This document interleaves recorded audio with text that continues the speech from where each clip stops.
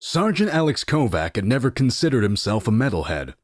Sure, the occasional AC/DC pumped him up while on a run, but mosh pits and screaming vocals weren't his scene. Not until today.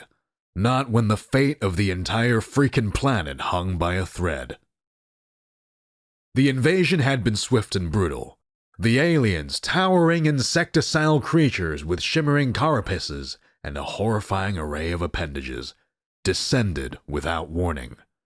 Their technology made humanity's finest look like tinker toys. Within days, entire cities crumbled beneath the onslaught. Resistant efforts were futile, each skirmish another brutal reminder of the vast gulf in power. Kovac, a grunt with a knack for demolitions and a whole lot of stubborn grit, found himself in one of the last remaining resistance pockets. Their bunker, buried deep within a redwood forest, was a grim testament to how far humankind had fallen. The constant rumble of alien weaponry overhead was a bone-deep chill no amount of blankets could dispel.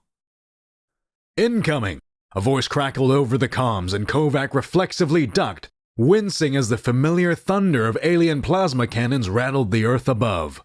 When the barrage ceased, he slowly raised his head, eyes scanning the dimly lit room. His squad mates, faces etched with fear and exhaustion, stared back at him. Their commander, Lieutenant Harris, a woman hardened by too many battles, approached. "Sergeant, I need you topside." Kovac blinked. "Ma'am? Up there?" He gestured vaguely upwards towards the muffled sounds of continued bombardment. "Isn't that like a really bad idea?" Harris's lips twitched in the ghost of a smile. "Sometimes, Kovac, the only ideas left are the crazy ones. The eggheads back at Central think they've got a game changer, but they need someone to field test it. Someone with your particular brand of doesn't give a damn." A flicker of grim determination passed over her face. Someone expendable. Harris led Kovac through a maze of tunnels, their boots crunching against the crumbled concrete and debris. Every few steps, a tremor would ripple through the ground, and she'd steady herself against a wall, cursing under her breath. Finally, they emerged into a hidden clearing sheltered by towering redwood giants. Kovac squinted against the sunlight. The sight was a stark contrast to the subterranean gloom he'd left behind. A camouflage truck was the focal point, surrounded by a cluster of men and women in white lab coats. Their eyes held a mixture of manic energy and desperation, the look of people clutching at straws. Sergeant Kovac, I presume. A bespectacled man in his late 40s rushed forward, extending a hand. "Dr. Myers, Senior Project Lead. Lieutenant Harris speaks highly of your, field expertise." Kovac nodded, trying to decipher the tension radiating off the scientist. "Cut to the chase, Doc. What crazy plan have you cooked up?" Myers led him towards the truck, gesturing for Harris to follow. "Allow me to explain, Sergeant. Our initial analysis of the alien invaders revealed a peculiar vulnerability. Their sensory systems are astoundingly advanced compared to ours. What we initially mistook for sonic weaponry on their ships turned out to be a form of enhanced hearing." He grinned, a touch of madness in his eyes. "They can hear everything, Sergeant. And unfortunately for them, that includes some things humans happen to be very good at making." Kovac stared at him, confused. "Like whispering sweet nothings?" Myers barked out a laugh. "Not exactly, Sergeant. More like this." He motioned towards the truck. Its rear doors were flung open, revealing an intimidating array of speakers that would make a rock concert sound like a lullaby. "Observe." Myers held up a device that resembled a bulky MP3 player, a series of dials and knobs hinting at its unique purpose. He fiddled with the control, and a low rumble erupted from the speakers, causing the ground to vibrate ominously. "This device allows us to manipulate frequencies, to amplify them far beyond anything a standard audio system can produce." Kovac eyed the setup with growing unease. And you want me to go yell at the aliens or something? Not quite, Myers chuckled. He held up a battered CD case. Behold, Sergeant, concentrated chaos. Kovac couldn't quite decipher the band logo, a tangle of thorns adorned with what looked like a demonic goat skull. Is this death metal? It was the only music genre he could think of that sounded remotely evil enough to be weaponized. Close enough, Myers replied. Specifically, a band called Decimator. Now, I realize this may not be your usual cup of tea, Sergeant, but it's vital that you understand the concept. Our theory is that their hyperacute hearing, while an evolutionary advantage in most scenarios, will prove devastating when exposed to frequencies and decibel levels this extreme. He tapped the CD case. We believe it will cause significant physical and psychological disruption, perhaps even overload their sensory systems entirely. Kovac digested this, a kernel of excitement taking root amidst the absurdity of the situation. So, he began, a feral grin spreading across his face, I essentially cranked this up to 11 and watched the bugs squirm? Myers nodded, his relief evident. Precisely. Consider it a one-man sonic bombardment. He handed Kovac a pair of industrial-grade ear protectors. These are a necessity, Sergeant. And remember, this isn't about enjoying the music, it's about sheer, overwhelming sonic force. Kovac slipped on the ear protectors and carefully took the CD. He climbed into the driver's seat of the truck, feeling the weight of responsibility settle over him. Harris patted his shoulder, her normally stern demeanor softened by a hint of respect. Don't worry, Sergeant. We've rigged your position with a dead man switch. Go out with a bang, son. Kovac winked at her, a surge of adrenaline pushing back the fear. He revved the engine, the roar mingling with the guttural vocals that already began blasting from the speakers. It was raw, unfiltered aggression turned into sound, a primal scream into the face of an uncaring universe. He guided the truck out of the clearing, weaving through charred trees and craters as if navigating a metal-fueled chariot. The ground thrummed with the music, each bass note a punch to the air. He aimed the truck towards the heart of the alien encampment, a sprawling complex of organic-looking structures that pulsed with sickly luminescence. The first aliens appeared as blurs of iridescent movement, their carapaces reflecting the harsh sunlight. Kovac could see the confusion twisting through their ranks, the utter bewilderment at the auditory assault. The insectile creatures twitched and writhed, some even collapsing to the ground, clutching at their heads. Kovac pressed onwards, a wave of exhilaration coursing through him. This wasn't about bravery. It was pure, desperate defiance. He was a one-man wrecking crew fueled by rage and amplified by the cacophony of Decimator. It felt good. This controlled chaos, a way to strike back against the unstoppable force that had descended upon this world. As he neared the epicenter of the alien encampment, their resistance intensified. He saw flashes of plasma fire, the familiar searing streaks aimed at his truck. Most bounced harmlessly off the reinforced armor, but a few found their mark, scorching the paint and making the entire vehicle rattle like a tin can. Kovac gritted his teeth and pressed the accelerator harder. If he was going down, he was taking out as many of these bastards as he could with him. Through the smoke and dust, he could make out their central command structure, a pulsating monstrosity of flesh and metal that towered over its surroundings. The music pulsed around him, a force field of noise and anger. He rammed the truck straight into the base of the structure, metal screaming against alien biology. He didn't even try to evacuate. Instead, he reached for the volume dial and cranked it as far as it would go. From the bunker, Harris and the remaining resistance fighters watched in stunned silence. The music, already ear-splitting, seemed to crescendo into an impossible roar. Then, the alien command structure shuddered. Fissures spread across its surface, spewing fluids that glowed an otherworldly green. With a final explosive groan, The entire structure imploded upon itself, unleashing a shockwave that flattened the surrounding alien forces. The dust settled to reveal a cratered wasteland where once the invaders' stronghold had stood. The truck was a crumpled wreck, barely recognizable amidst the rubble. From the speakers, the final distorted notes of Decimator faded into silence. Back at the bunker, the scientists cheered, tears streaming down their faces. This was no grand victory, merely a reprieve brought with sacrifice and a healthy amount of sheer decibels. Harris lowered her binoculars, a knot of grief tightening in her throat. Kovac wouldn't be getting a medal, wouldn't even have a body to bury. But out there, amidst the wreckage of war, his defiance echoed. The world had just learned a valuable lesson. Never underestimate the power of heavy metal. The tremors that followed the collapse of the alien stronghold rattled the bunker's foundations. The remaining fighters held their breath, waiting for a renewed assault.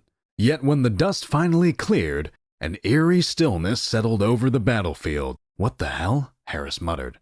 Her comm system crackled to life. Scattered reports trickled in, a mosaic of confusion and cautious optimism. Alien forces across wide swaths of the area were in disarray. Some lay motionless, seemingly incapacitated. Others were retreating in blind panic, their previously coordinated movements descending into a chaotic scramble for escape. In the heart of the crater, Dr. Myers knelt beside the smoldering wreckage of the truck. He fumbled for his audio analyzer, a disbelieving smile spreading across his face. "I don't believe it," he whispered, more to himself than anyone else. "The readings, they're off the charts." He glanced up, his gaze sweeping across the devastated landscape. Amidst the ruins, the speaker stood tall, defiant and scarred. From them, one final distorted chord faded into nothingness, the lingering echo of an unlikely victory.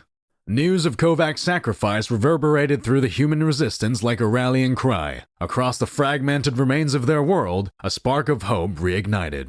It was a bizarre hope, tinged with desperation and a touch of insanity. But after months of relentless defeat, humanity would clutch at any advantage, no matter how unconventional.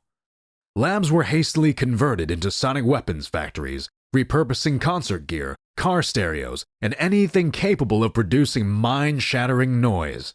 Teams of engineers and sleepless audiophiles, fueled by caffeine and the sheer audacity of it all, worked tirelessly to refine Myers' prototype. The resistance fighters, a motley crew of soldiers, scientists, and ordinary folk pushed to their limits, became the world's first heavy metal guerrillas. Armed with playlists of the most chaotic head-splitting tracks ever produced, and custom-rigged sound systems, they emerged from the shadows, hitting the invaders with a blitzkrieg of unbearable noise. The war zone turned into a surreal spectacle. Plasma blasts intermingled with the bone-rattling vibrations of amplified death metal riffs. Alien communications dissolved into panicked shrieks and roars, drowned out by the relentless sonic onslaught. The very ground became a weapon, as tuned bass frequencies liquefied alien nests and disrupted their organic technology. It was far from a clean victory. Each ambush, every strike, was brought and paid for in human lives. Casualties were a grim inevitability, but the aliens were paying a far heavier price. Their meticulously coordinated forces, relying on their advanced sensory systems, were crippled. Their once unstoppable advance began to falter, then shatter.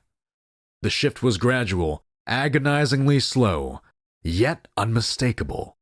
The invaders started fumbling, their strategies descending into a desperate scramble for survival. Reports surfaced of aliens mutilating themselves, tearing out their sensitive auditory organs in an attempt to escape the relentless sonic torment. Even their formidable weapons proved fallible, malfunctioning amidst the discordant bombardment. Humanity was fighting back, and for the first time in a long time, there was a flicker of possibility in their eyes. It wasn't just about winning battles. It was about breaking the enemy's spirit, about using their own strength against them. Dr. Myers, now affectionately known as the Maestro of Mayhem by resistance fighters, became a figure of near-mythical status. His face, plastered on propaganda posters, was a mix of sleep-deprived exhaustion and unhinged genius. The weapons he and his team were developing grew increasingly audacious. Subwoofers the size of tanks were hauled into battlefields, unleashing earth-shattering bass lines capable of fracturing concrete from a mile away. Smaller portable sonic disruptors were created, allowing fighters to unleash localized blasts of disorienting frequencies at close quarters. The aliens, their elegant and horrifying forms twisted into grimaces of pain, adapted as well. Some began coating themselves in thick sound-dampening carapaces. Others attempted to jam human frequencies with their own dissonant screeches. The arms race took on a bizarre, almost comical aspect. A battle of the bands on an apocalyptic scale. In hidden bunkers and makeshift workshops, the human passion for music had newfound meaning. DJs and metalheads turned wartime strategists, analyzing alien sonic signatures to tailor countermeasures. Teenagers, more used to blasting tunes at their angry parents, became front-line audio technicians. Every guitar riff, every drum solo was a potential weapon in a war for survival. As weeks turned into months, the tide of the war inexorably shifted. The invaders, driven half-mad by the ceaseless oral assault, grew increasingly erratic. Their once fearsome fighting formations crumbled into disorganized clusters, their movements haunted by an ever-present fear of unseen sonic ambushes. Yet, in the midst of the desperate struggle, unexpected connections began to form. A team of linguists, initially tasked with deciphering alien communications, discovered a pattern amidst the panic shrieks and roars. The aliens, in their agony, were utilizing a series of infrasonic frequencies, sounds below the range of human hearing, to rally and regroup. Dr. Myers, ever the opportunist, saw potential in this discovery. Working with specialists in animal communication, he developed a system that mimicked these infrasonic calls. Crude at first, the false signals were enough to sow confusion and distrust among the alien ranks, turning coordinated retreats into chaotic stampedes. As the resistance pushed further into occupied territory, a grim reality was laid bare. The aliens, far from the unified conquering force they'd projected, were themselves fractured. Diverse species forced into reluctant cooperation, their alliance held together by a web of fear and hunger for conquest. It was this that the humans began to exploit. Propaganda broadcasts, cleverly laced with targeted frequencies, whispered of betrayal and rebellion. Some messages focused on magnifying existing rivalries, while others fabricated dissent where none existed. United by their susceptibility to a common enemy, sound, the aliens became undone by their own disunity. The war wouldn't be won by brute sonic force alone. It would be won by a brutal symphony of discord, physical, psychological, and tactical. Each element played a vital part, an unrelenting barrage against the vulnerable ears and minds of the invaders. The final battle, when it came, wasn't the glorious clash of armies so often depicted in human history. It was a messy, grueling slog through mud and alien viscera. Exhausted resistance fighters and panicked aliens clashed in a whirlwind of desperation. But throughout it all, the thunderous pulse of heavy metal echoed, pushing back the tide. In that final confrontation, it wasn't Sergeant Alex Kovic's sacrifice that was remembered most vividly. It was the image of a woman, a young woman, tears streaming down her suit-covered face, clinging to a battered sound mixer salvaged from a bombed-out music store. Her fingers flew across the dials, switching frequencies with the intensity of a battle-hardened general. Every shift, every blast of sound, disoriented the enemy, sowed confusion, created openings for her comrades. Her name was Anya, a former sound engineer with a fierce love of electronica and a hatred for invaders twice as fierce. When finally, the last alien force surrendered, their senses ravaged and spirits utterly broken, it was an anticlimax. No grand surrender ceremony, no celebratory broadcast to the world. Just a weary silence, punctuated by the distant, mournful cries of the retreating survivors disappearing into their ships, forever scarred by their encounter with humanity. The aftermath was a strange thing. The world was a patchwork of ruins, the human population decimated. Yet alongside the somber task of rebuilding, there arose an unexpected sense of camaraderie. Soldiers sat shoulder to shoulder with scientists, sharing stories over makeshift campfires. Musicians, their instruments chipped and scarred, collaborated on impromptu jams with grizzled veterans, their shared experiences transcending the boundaries of their former lives. Dr. Myers found himself an unlikely celebrity. Press conferences were replaced by stadium tours where he demonstrated his sonic inventions to bewildered but rapturous crowds. His new brand, Sonic Devastator, with Anya as the lead sound tech, became a global sensation, their concerts part victory celebration, part fundraiser, and part PTSD therapy.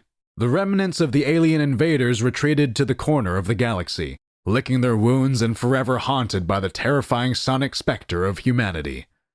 Earth, in turn, was left irrevocably changed. And as for heavy metal, well, it gained a whole new legion of fans. Even those who had never quite understood its appeal begrudgingly acknowledged that sometimes a scream into the void does more than just make noise. Sometimes it changes the world. Decades passed. The scars of the war remained etched into the landscape, a constant reminder of the price of survival. Yet humanity persevered. Cities were rebuilt, fields replanted, and a new generation emerged, one born into a world reshaped by the echoes of war. The story of Sergeant Kovac became a legend, whispered in hushed tones around campfires. His truck, meticulously restored, took pride of place in the Museum of Humanity's Resilience, a testament to the audacity and sacrifice that had turned the tide. Anya, forever reluctant to accept the mantle of hero, established a music academy dedicated to fostering young audio engineers, many of them orphans of the war. Heavy metal and its sonic descendants thrived. Music festivals took on a new dimension as competitions for the loudest, most ground-shaking bands attracted crowds from across the globe. But alongside the celebration was a note of solemn respect. It was a powerful sound, one that had to be wielded responsibly. Earth cautiously reached out towards the stars once again. Exploration vessels were equipped with carefully calibrated sonic arrays, not as weapons, but as a potential tool for first contact. The Decimator CD, now a relic of a bygone era, was enshrined in the first interstellar time capsule, representing both the destructive and unifying power of sound. In the twilight years of his life, Dr. Myers, a grandfatherly figure surrounded by adoring grandchildren, often mused on the strange irony of it all. He would sit on his porch, listening to the gentle rustle of leaves in the wind and the distant rumble of a rebuilt city. Who would have thought, he'd chuckle, that our salvation would come from a bunch of long-haired headbangers and their noisy music? Humanity had faced annihilation, and in doing so, discovered a strength it hadn't known it possessed.